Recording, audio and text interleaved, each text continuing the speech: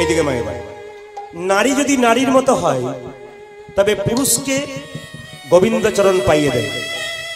নারী ছিল কে? এইদিকে এদিকে চিন্তামণি, পতিতা মেয়ে হয়ে বিল্বমঙ্গলকে ভালোবেসে একদিন গোবিন্দচরণ পাইয়ে দিয়েছিল। নারী ছিল কে? রামী, যিনি চণ্ডীদাসকে ভালোবেসে রজকিনীর মেয়ে হয়ে একজন পদকর্তা তৈরি করেছিল। এইদিকে মায়েরা দেখবেন, যখন চণ্ডীদাসের পদ গাওয়া হয় তখন গাওয়া হয় বাসুলিয়া দেশে কহে চণ্ডীদাসে।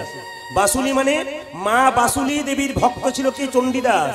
ওই জন্য যে কোনো পদ রচনা করার সময় তিনি কি বলতেন? বাসুলিয়া দেশে কহে দ্বিজ চণ্ডীদাসে। তার মানে বাসুলি আদেশে, মা বাসুলির আদেশে এটা করা হয়। এই জন্য তিনি বড় হয়েছেন। পদ্মাবতী যদি না থাকতো তাহলে জয়দেব বড় হতো না। নারী আনারী হলে পুরুষ বড় হয় না, নারী যদি নারীর মতো হয় তবে পুরুষ বড় হয়। আজকে যে ঘটনাটি আপনাদের সামনে বলবো দক্ষিণ দেশের ঘটনা, আপনারা একটু মন দিয়ে শুনবেন। গ্রামটার নাম হচ্ছে কৃষ্ণবেন্না গ্রাম। সেই গ্রামে একজন ব্রাহ্মণ বাস করত, তার নাম হচ্ছে শিবশঙ্কর রায়, আর ওর স্ত্রীর নাম ছিল ভবানী দেবী। মায়েরা সবই ভালো ছিল, কিন্তু একটা গন্ডগোল ছিল। কি বলুন তো? মেয়েদের দেখবেন গাড়ি বাড়ি টাকা পয়সা সব থাক, স্মৃতি সিঁদুর থাক, হাতের বালা থাক, গলার মালা থাক, সবকিছু থাক, একটা জিনিস না থাকলে মেয়েদের মনে সুখ থাকে না। কি বলুন তো? যদি কোনো মেয়ে মা না হতে পারে। বিল্বমঙ্গল, বিল্বমঙ্গলের যিনি মা ছিলেন ভবানী দেবী, বহুদিন মা হতে পারে নাই। পাড়ার মেয়েরা বলতো, এ এ এ ভবানী, বলে সব দেব দেবীর কাছে গেছিস, একজনের কাছে গেছিস? বলে কার কাছে? যিনি অল্পতেই সন্তোষ। নাম বলুন তোমাকে, জোরে বলুন। বাহ, খুশি খুশি, আমি খুশি। অল্পতে যিনি সন্তোষ তিনি হলেন বাবা ভোলানাথ। বেলপাতা থাকলে তাও ভালো, না থাকলে তাও ভালো, গঙ্গা জল থাকলেও ভালো, না থাকলেও ভালো। এই জন্য বাবা হচ্ছে অল্পতেই সন্তোষ। যেমন দেখবেন, প্রথমে একটা কথা বলি, অপরাধ মার্জনীয়। এই কথাটা বলে দিচ্ছি এই জন্যে, আমরা তো প্রায় বাইরে বাইরে থাকি, রাতটা আমাদের বাইরে বাইরে কাটি। তারকেশ্বরের পথ দিয়ে একদিন রাত্রি 12টায় গান করতে যাচ্ছি, শ্রাবণ মাসের দিন। তো মেয়েরা, আইবুড়ো মেয়েরা সব কাঁধে বাঁক নিয়ে ওই বাবার মাথায় মানে শিবলিঙ্গে জল দিতে যাচ্ছে। তো আমি ড্রাইভারকে বললাম, ভাই গাড়িটা একটু থামাও তো, মেয়েগুলো কি বলতে বলতে যাচ্ছে। তো মেয়েগুলো ছড়া বলতে বলতে যায়। আপনারা এই ছড়াটা কোনোদিন বলেন না, কিন্তু ওই মেয়েগুলো বলছে, অনেক ছড়া বলছে। একটা ছড়া কিন্তু আমার কানে লেগে গেছে। ছড়াটা কি? বাবার বড় টেম্পার, আমি মনে মনে ভাবলাম কোথা থেকে উদ্ধার করেছে কি। হ্যাঁ বলছে, এই দিকে দেখেন, বলছে বাবার বড় টেম্পার, উঁচু নিচু বাম্পার। একটা মেয়ে বলছে উঁচু নিচু বাম্পার, আরো বলছে বাবার বড় টেম্পার। তো এই দিকে তাকান, এই দিকে তাকান। তো শিবলিঙ্গে যখন জল দিচ্ছে, বাবা যখন জল নিচ্ছেন, তখন দুর্গা দেবী প্রশ্ন করছে, স্বামী তুমি এত দিচ্ছ কি করে? বলে কেন? সবাই আসছে, জল ঢালছে আর চাইছে, তুমি এত দিচ্ছ কেন? কি করে? তোমার তো খুব টেনশন, তোমার তো খুব চাপ, তুমি দাও কি করে? বাবা ভোলা বলল, আগে আমার টেনশন ছিল, এখন চাপ নাই। বলে কেন? এখন তো কেউ চায় না, খালি জল ঢেলেই চলে যায়। বলে চায় না কেন? বলছে আগে থেকে তো ব্যবস্থা হয়েই গেছে, ওই জন্য চায় না। শুধু বলে বাবা যেন কেটে না যায়। আমি বলি কোনো ব্যাপার নাই, হাত এমনি করেই দিলাম, দুধ জল ঢেলে চলে যা, আমি ব্যবস্থা করে দিলাম। এই জন্য বাবা আগে তাও বলতো, বাবা আমার কিসে মঙ্গল হবে, তার টেনশন থাকতো। কিন্তু এখন টেনশন নাই। আগেকার মেয়েরা তাও বলতো বাবা, এখনকার দু একজন মেয়ে বলে, বাবা আমার জন্য এমন পতি হয়, এমন জিন্সের প্যান্ট পরে তার 25 জায়গা ফাটা হয়। আমি বলি বাজারে চলে যাও, অনেক পাবি, অসুবিধা নেই। এই যে নিবেদন আপনাদের সামনে, মায়েরা, বাবা ভোলা হলে কি 12 জন বৈষ্ণবের মধ্যে প্রধান বৈষ্ণব। তত্ত্বগুলো শুনুন, বাস্তবের সঙ্গে তত্ত্ব মেশানো আছে। বাবার দেখবেন, বাবার ছবি যারা দেখেছেন তারা দেখবেন মাথায় কি থাকে? মা জটা। গলায় কি থাকে? সাপ। দেখবেন জটার ফাঁকে এক টুকরো চাঁদ। এই জিনিসগুলো আপনারা দেখেন, কিন্তু তত্ত্বগুলো বুঝেন না। এ কি বলতে চাইছে? বাবার মন্দিরে যান, কিন্তু আপনারা প্রণাম করেন বাবাকে, একজনকে ফেলে চলে যান, ওটা কি? ষাঁড়কে। আপনার ষাঁড়কে কোনদিন প্রণাম করেন? বাবাকে করেন। কিন্তু জেনে নিন এই তত্ত্বটা, যে আগে মন্দিরে ঢুকতে গেলে ষাঁড়কে প্রণাম করতে হয়, তারপর বাবাকে প্রণাম করতে হয়। কেন না? গয়াসুরের বাবার নাম, যে গয়াতে আপনারা পিণ্ড প্রদান করেন, ওই গয়াসুরের বাবার নাম ছিল ত্রিপাসুর। এই ত্রিপুরাসুরের সঙ্গে একবার বাবা শিবের যুদ্ধ হচ্ছিল, কোনো মতেই বাবা পারছিল না, নারায়ণকে স্মরণ করলো। নারায়ণ ষাঁড়ের রূপ ধারণ করে বাবা শিবকে পিঠে চাপিয়ে ত্রিপুরাসুরকে হত্যা করলেন। ওই জন্য বাবা শিবের আরেক নাম ত্রিপুরারি। বাবা বললেন, প্রভু তুমি তো জগতের না, কি করলে তো আমি মন্দিরে থাকবো, তোমায় কোথায় রাখবো? ওরে ভোলা, মন্দিরের সামনে আমি ষাঁড় রূপে বসে থাকবো, যত ভক্তগণ ভক্তিমতী মায়ের আসবে আমাকে প্রণাম করবে, তারপর তোকে করবে।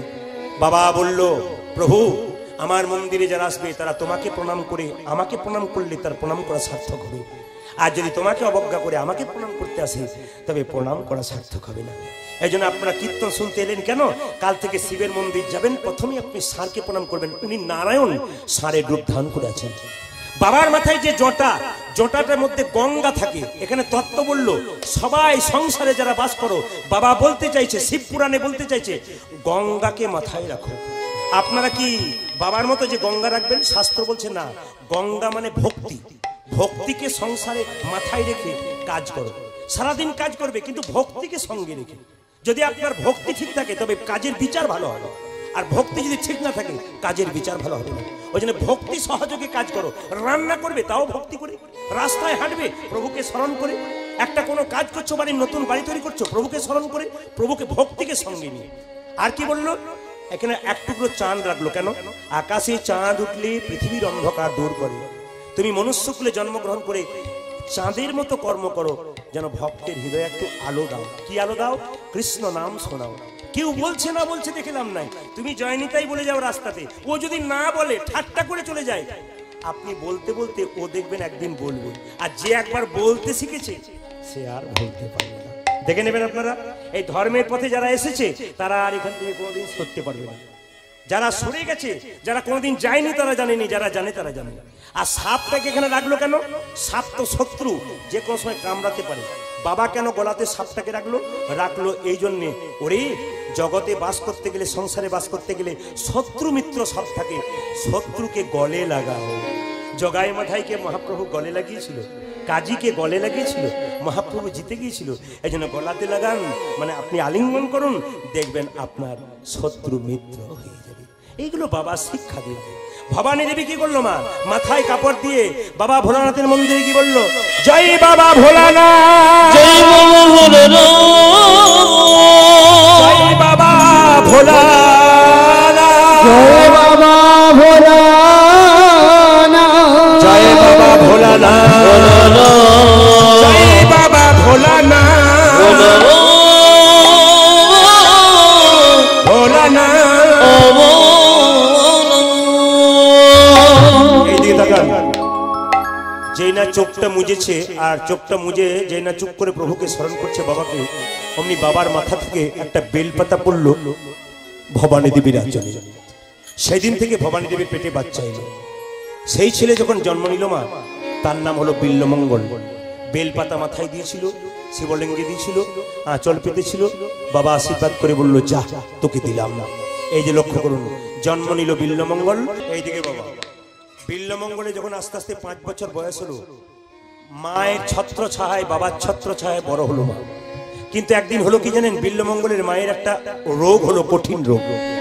যে রোগটা এখন ডাক্তারখানায় সারানো যায়, আগে সেই রোগটা খুব ভয়াবহ রোগ ছিল এবং ছোঁয়াচে রোগ ছিল।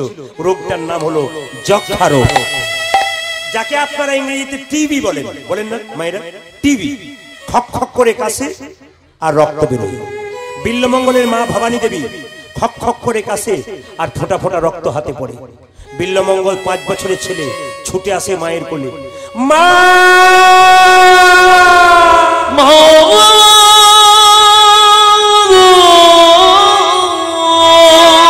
যেই না বাচ্চাটা কোলে চাপতে যায়, অমনি মা বলে, দূর হয়ে যা, হতচ্ছাড়া, দূর হয়ে যা। একজন মা হাত তুলে বলতে পারবেন, মায়ের যখন কঠিন শরীরে রোগ হয়, বাচ্চা যদি কোলে যায় চেপে, মা কি ছেলেকে দূরে সরিয়ে দেয়? কিন্তু বিল্লমঙ্গলের মা বিল্লমঙ্গলকে দূর দূর করে তাড়িয়ে দিল। আপনারা অনেকে মনে মনে ভাবেন, তাহলে পাষণ্ড মা, ছেলের প্রতি প্রেম নাই? না, আছে।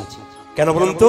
ও জানে যে রোগটা আমার হয়েছে, যদি আমার ছেলেকে বারবার কোলে নিই, তাহলে সেই রোগটা তার ভেতরে গেলে সেও আমার মতো ভবসাগরের পথে চলে যাবে। আমার বংশে প্রদীপ জ্বালানোর জন্য কেউ থাকবে। একজন ছেলেকে বারবার পালিয়ে যায়, কিন্তু ছেলেকে তাড়িয়ে দিলে কি হবে? ছেলে জোর করে মায়ের কোলে চাপিয়ে যায়, কিন্তু মা যখন শেষে আর পারি না তখন জড়িয়ে ধরে। মা ফোটা ফোটা রক্ত হাতে পরে খক খক করে কাশলে বিল্লমঙ্গল জিজ্ঞেস করে, মা ওটা তোমার হাতে কি? মা বলে, খোকা তুই বুঝবি না। কেন বুঝবো না? ওটা আমার পরপারে যাবার নিমন্ত্রণ পত্র। আমি তোর কাছে আর বেশি দিন থাকবো না। 5 বছরের ছেলেটা মায়ের মুখে গালে হাত দিয়ে বলে, মা তুমি যদি চলে যাও আমি বাঁচবো না। আমি কাকে মা বলে ডাকবো? তুমি যে আমার মা। মা ছাড়া ছেলে থাকতে পারে? সারাদিন পর কাজের পরে খেলার পর ছুটি আসি, তখন তোমার কোলে চাপি। মা তুমি এমন কথা বলো না। একদিকে মা কাঁদে, একদিকে সন্তান কাঁদে। দিনের পর দিন রোগগ্রস্ত শরীর কি হয়ে যায় জানেন না? কঙ্কাল ছাড় হয়ে যায়। হঠাৎ একদিন কি হলো জানেন? বিল্লমঙ্গল রাস্তায় খেলা করছে, আর হঠাৎ একটা বাচ্চা ছেলে খবর দিল, বিল্ল কি তোর মা না? বিল্ল তোর মা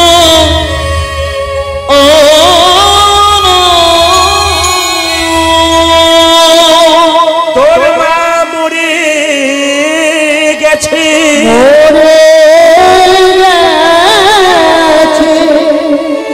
আপনারা বিচার করবেন, একটা 5 বছরের ছেলে কি করে বুঝতে পারে?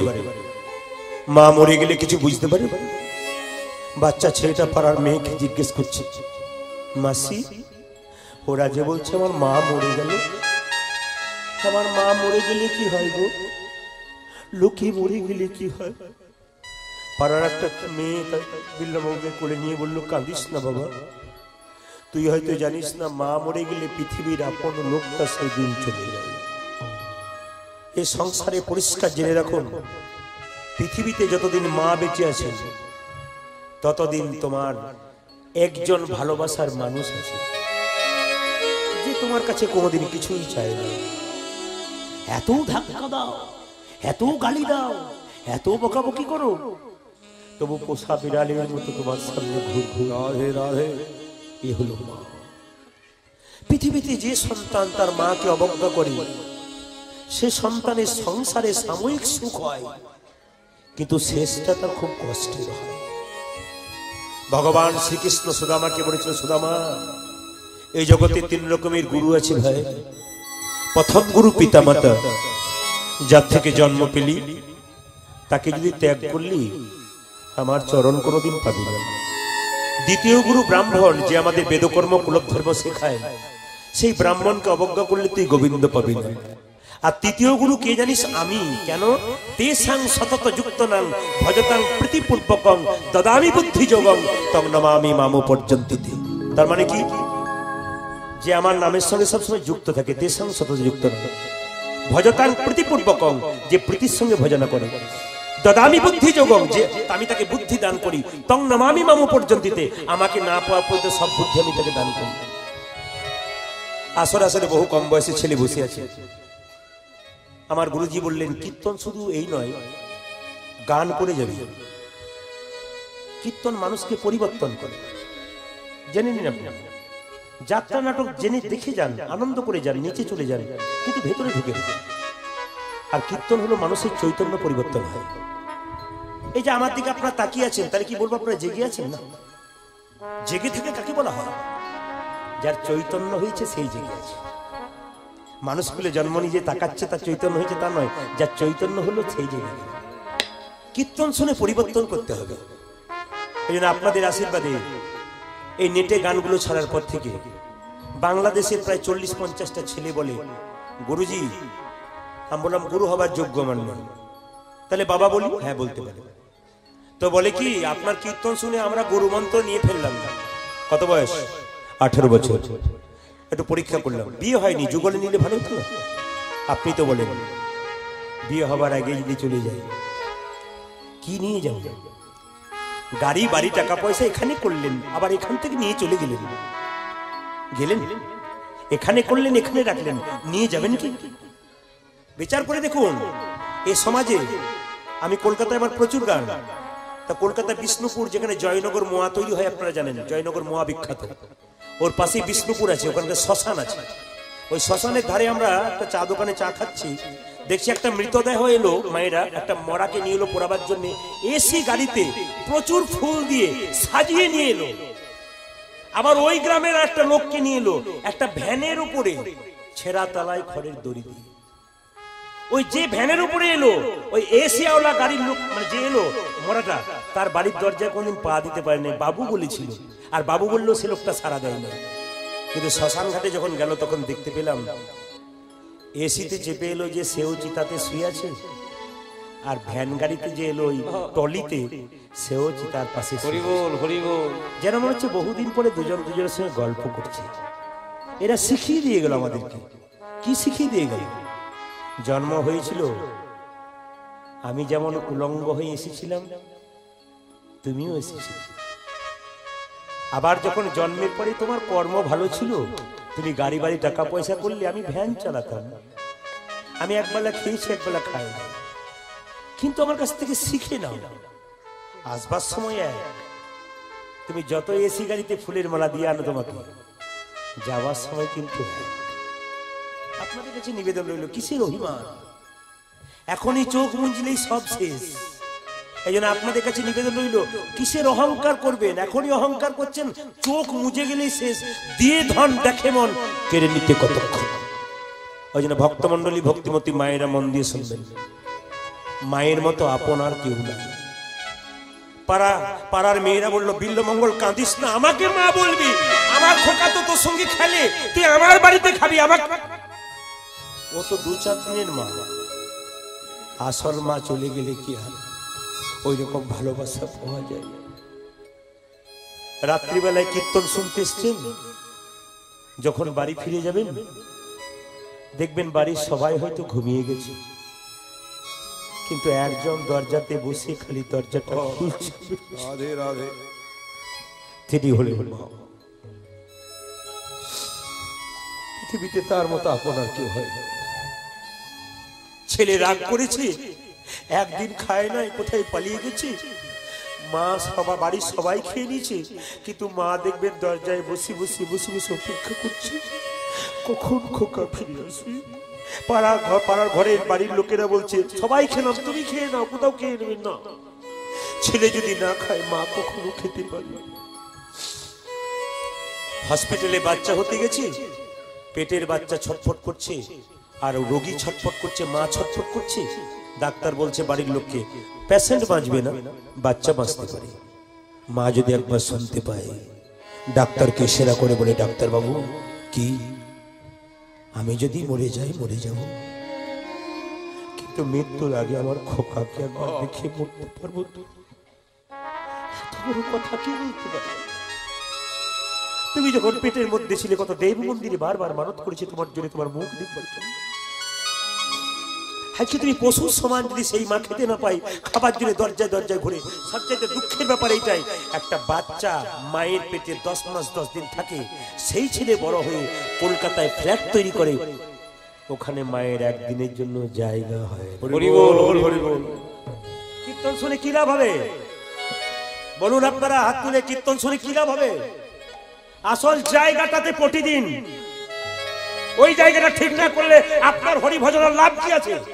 আপনি গলায় মালা নিয়ে, তুলসীর মালা নিয়ে হাত তুলে তুলে হরি বল বলবেন, আর মাটা খেতে পাচ্ছে না, আপনার হরিনাম করা সার্থক কোথায়?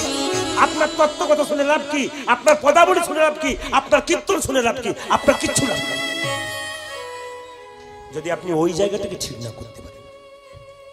এই জন্য আমার গুরুজি বললেন, কীর্তন হলো চেতনা জাগিয়ে দেওয়া, জীবের ভিতরে ঢোক ঢোক ঢোক ঢুকিয়ে দিয়ে যেন ভক্ত তৈরি হতে পারে। এই জন্য আপনাদের আশীর্বাদে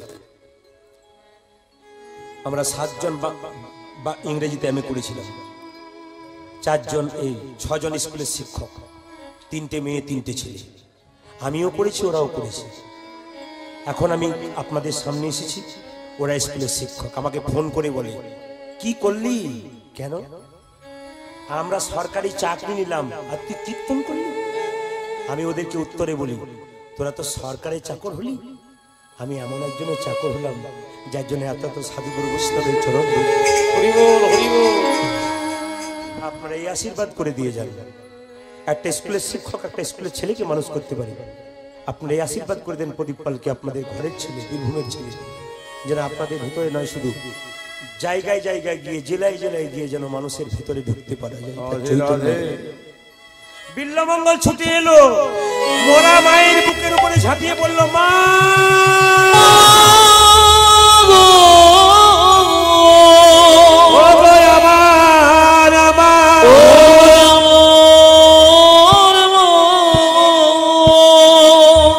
বুকের উপরে ঝাঁপিয়ে পড়ে বাচ্চা সেটা মায়ের মুখের দিকে হাত দিচ্ছে। চোখগুলোকে খুলছে, চোখ খুলছে না, আবার চোখ মুজে যাচ্ছে। মা কোনো কথা বলছে না, কেঁদে কেঁদে বলছে, মা পৃথিবীতে তোমার মতো আপন কি আছে? বিল্লমঙ্গল কাঁদছে আর গাইছে, বিল্লমঙ্গলের কান্নাতে পাড়ার মেয়েরা ভেঙে পড়েছে। তুমি যে মা সব থেকে আপন, মা তুমি যে মা সব থেকে আপন, মা তুমি যে মা সব থেকে আপন, মা তুমি যে মা সব থেকে মা তুমি যে মা সব থেকে আপন, তুমি আকাশ তুমি বাতাস, আর তুমি আকাশ তুমি বাতাস, তুমি আকাশ তুমি বাতাস, আজ তুমি আকাশ তুমি বাতাস, তুমি যে ভুবন, তুমি যে মা সব থেকে মা তুমি যে মা সব থেকে আপন। আপনারা বলুন, বাচ্চা ছেলের মা মরে গেলে বাবা দেখবেন মানুষ করতে পারে না, ছেলে বেহাত হয়ে যায়। কিন্তু বাবা মরে গেলে মা দেখবেন টেনে হিচড়ে বাচ্চাকে মানুষ করে দেয়। ঠিক না ভুল? জোরে বলুন হ্যাঁ না না, আস্তে একটু হ্যাঁ দেবেন। বাচ্চা ছেলের মা যদি মরে যায় বাবা দেখবেন ঠিক মানুষ করতে পারে না। কেন বলুন তো? যদি মারধর করতে যায় পাড়ার লোকে বলে তোমার কোনো আক্কেল জ্ঞান নাই, ছেলেটা মা মরা ছেলে তুমি মারছো কেন? ছেলের বাবা মরে গেলে মা যদি মারধর করে কেউ বলে বাবা মরেছে মারছো কেন? বিল্লমঙ্গলের মা মরে গেল, সেই থেকে বিল্লমঙ্গল 5 বছর বয়স থেকে আস্তে আস্তে বড় হয়ে গেল। ছেলেকে আদর দিতে দিতে ছেলে মাথার উপরে পড়ে। একটা শিক্ষণীয় বিষয় আছে সংসারে, আপনারা আছেন, খুব সুন্দর শিক্ষণীয় বিষয় আছে, একটু মন দিয়ে শুনুন। রামকৃষ্ণদেব বললেন ছেলের মনটা হচ্ছে বাচ্চা ছেলের মন কচি বাঁশের মতো, যেদিকে বাঁকাবেন সেদিকে বাঁকবে, বাঁশ মোটা হলে বাঁকবে না। এই জন্য আপনাদের কাছে বলে যাই, মন দিয়ে শুনবেন। চাণক্যদেব বলেছেন বাচ্চার 5 বছর পর্যন্ত কোনো দোষ ধরবে না, ও খেলবে পড়বে ভাঙবে কোনো অসুবিধা নেই। কিন্তু যখন 5 থেকে 15 হয়ে যাবে, আপনারা যারা বাবা মা হয়েছেন 5 থেকে 15 হয়ে যাবে, তখন ছেলে মেয়েকে শাসনের চোখে রাখবেন, নইলে ছেলে বিগড়ে যাবে। এবার ছেলের বয়স যখন 16 পেরিয়ে যাবে, মেয়ের বয়স 16 পেরিয়ে যাবে, মা বাবা বন্ধুর মতো ব্যবহার করবেন, নইলে ছেলে মেয়ে বিগড়ে। বিল্লমঙ্গলকে প্রথম থেকে শাসন করলো না, লাল চোখ করলো না, কি করলো? বিল্লমঙ্গল বড় হয়ে হাতের বাইরে চলে গেল। যখন 20 বছর বয়স, অসৎ সঙ্গে মিশে গেল না, পাড়ার কয়েকটা ছেলে বলল, এই বিল্লমঙ্গল কি কৃষ্ণবেন্না নদীর ওই পারে একটা পতিতা মেয়ে এসেছে, ওর নাম চিন্তামণি, একবার দেখতে যাবি? বলছে হ্যাঁ চল যাবো। মায়েরা অসৎ সঙ্গে পড়ে বিল্লমঙ্গল চলল কোথায়? নদীর পারে চিন্তামণি পতিতা মেয়েকে দেখবার জন্য। মায়েরা সবাই দেখতে যাচ্ছে, কিন্তু বিল্লমঙ্গল যখনই চিন্তামণিকে দেখলো, চোখে চোখ দিল, অমনি দুজনের মধ্যে ভালোবাসা হয়ে গেল। না না, একে ভালোবাসা বলে না, একে ভালোবাসা বলে। ভালোবাসা কাকে বলে? ও তো রাস্তাঘাটে দেখা যায়। ভালোবাসা কি? আপনার বাসা ভালো, আমার বাসা ভালো, তবে ভালোবাসা। রাধারানীর বাসা ভালো, কৃষ্ণের ভালোবাসা ভালো, এই জন্য তাদের ভালোবাসার কথা শুনতে আসেন। চিন্তামণির বাসা ভালো, বিল্লমঙ্গলের বাসা ভালো, এই জন্য ভালোবাসা হয়েছিল। নকশি কাঁথার মাত কবি জসিমউদ্দিনের লেখা রূপাই সাজুর গল্প যারা শুনেছেন, এদের ভালোবাসা এক মরণে দুজন মরে যায়। এই জন্য কি বলে ভালোবাসা? মায়েরা এদিকে তাকান। প্রেম যেটাকে বলে, প্রেমের ব্যাখ্যা যে যেমন মানুষ সেরকম করে। তত্ত্ব বলছে প্রেমে প্রেমে করো রে ভাই, প্রেম বলে কারে, প্রেমী বলে কাঁদে, প্রেম জানতো মা যশোদা, মা যশোদা, যে প্রেমে গোপাল হয়েছিল বাধা, যে প্রেমে গোপাল বইয়েছিল পিতানন্দের বাধা। এ জগতে যুবক যুবতীর মধ্যে যে প্রেম, সে তো চুলোচুলি করে মরি। কিন্তু ভক্ত ভগবানের প্রেম এমন প্রেম, যে প্রেমের কথা শুনলে একজন ভক্ত একজন ভক্তকে জড়াইয়ে জড়াইয়ে জড়াইয়ে ধরে। দেখবেন ভক্ত ভগবানের কথা শুনলে যারা প্রকৃত ভক্ত না, মালদা নদীয়াতে গান করতে যাবেন, একটু প্রেমের কথা বললে একজন একজনকে জড়িয়ে জড়িয়ে ধরবে। এটা হচ্ছে নিয়ম। কারণ প্রেম জেগে গেলে এটা হয়। ও মায়েরা, প্রেমের ব্যাখ্যা অনেক আছে। কিছু মনে করেন, ছোট্ট কথা বলে রাখি, এরকম প্রেম করলে চলবে না। কিরকম প্রেম? আমরা দল বল নিয়ে একবার গান করতে যাচ্ছিলাম, ওই এইদিকে গান আসাম যাচ্ছিলাম গান করতে। তো যেতে যেতে দেখলাম আমার পাশে একটি ছেলে একটি মেয়ে বসে আছে। তো আমি 23 ঘন্টা রাস্তা যাচ্ছি, তো দেখছি খালি ফিস ফিস ফিস ফিস ফিস ফিস ফিস ফিস করেই যাচ্ছে।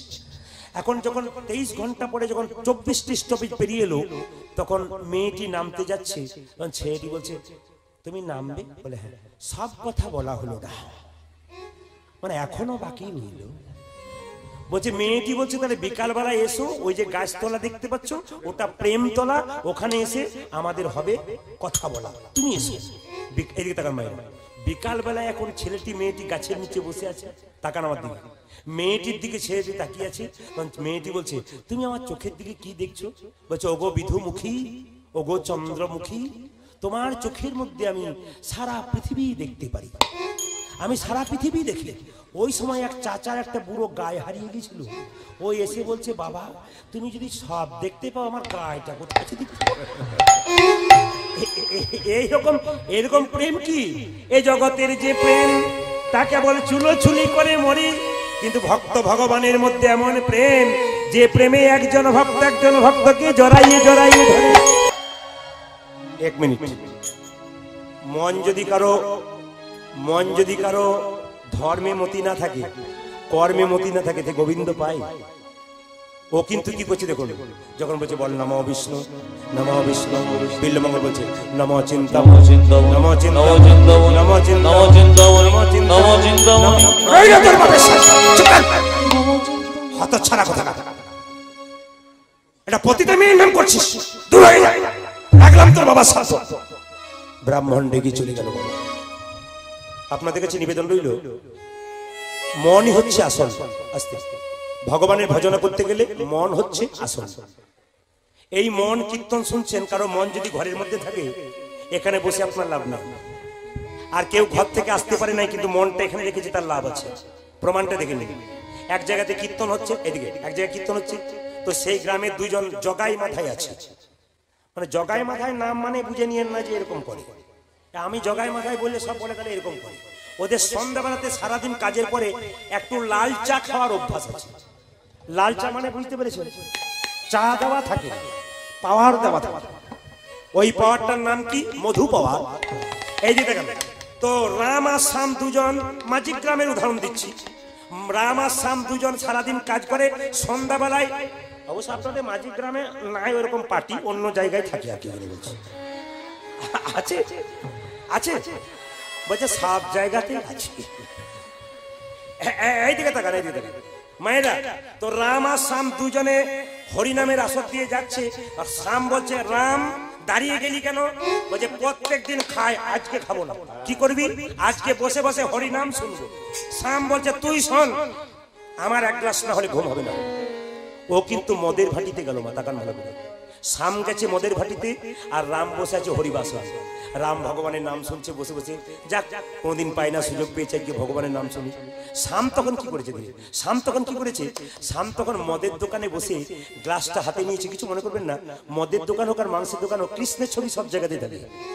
তো কৃষ্ণের ছবিটা মদের দোকানের দরজাতে বাঁধা আছে, আর শ্যাম মদের বোতলটা হাতে নিয়ে ভগবানের দিকে তাকাচ্ছে, বলছে, আহ কি সুন্দর তুমি দেখতে প্রভু, তোমার মাথায় চূড়া, হাতে বাঁশি, পায়ে নুপুর। আমি কত হতভাগা শ্যাম, রামের কত ভাগ্য ভালো, ভগবানের নাম শুনছে, আর আমি কত হতভাগা। মদের বোতলটা হাতে আছে, মদের ইয়েটা গ্লাসটা, কিন্তু মনটা তার কোথায় আছে? গোবিন্দ। আহ প্রভু, তোমার নুপুর রুনুঝুনু বাজি, তোমার হাতে বাঁশি, তুমি কৃষ্ণের বাজাতে, তোমার বাঁশির টানে ব্রজগোপী সঙ্গে সঙ্গে রাধা নিয়ে আসতো, তোমার মাথায় ময়ূরের পুচ্ছ, আহ ময়ূরের কত ভাগ্য ভালো, তোমার কপালে, তোমার পুচ্ছে, তোমার মুকুটের মধ্যে আছে, কত সুন্দর তুমি, খুব সুন্দর।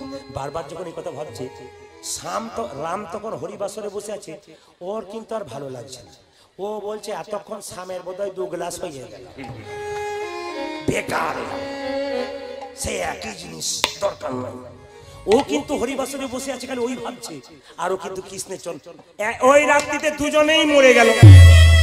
যম রাজা বিচার করে বলল, এই যে বলে কি, এ যে হরিবাসরে এসেছিল ওকে ওকে ওকে আমার কাছে নিয়ে আয়। আর যে হরিবাসরে ছিল না, মদের দোকানে ছিল, ওকে স্বর্গে নিয়ে যাও। আর হরিনাম শুনবেন কাল থেকে। যে হরিনাম শুনলো সে কোথায় গেল? নরকে। আর যে হরিনাম মা আসলে তা নয়, ওর মন মদের দোকানে বসেছিল, মনটা ছিল গোবিন্দ চরণে। আর ও হরিবাসরে ছিল, মনটা ছিল কোথায়? মদের দোকানে। এই যে নিবেদন আপনার সামনে, হরিবাসরে বসবেন আর মন যদি চঞ্চল থাকে, গোবিন্দকে কোনোদিন পাওয়া যাবে না।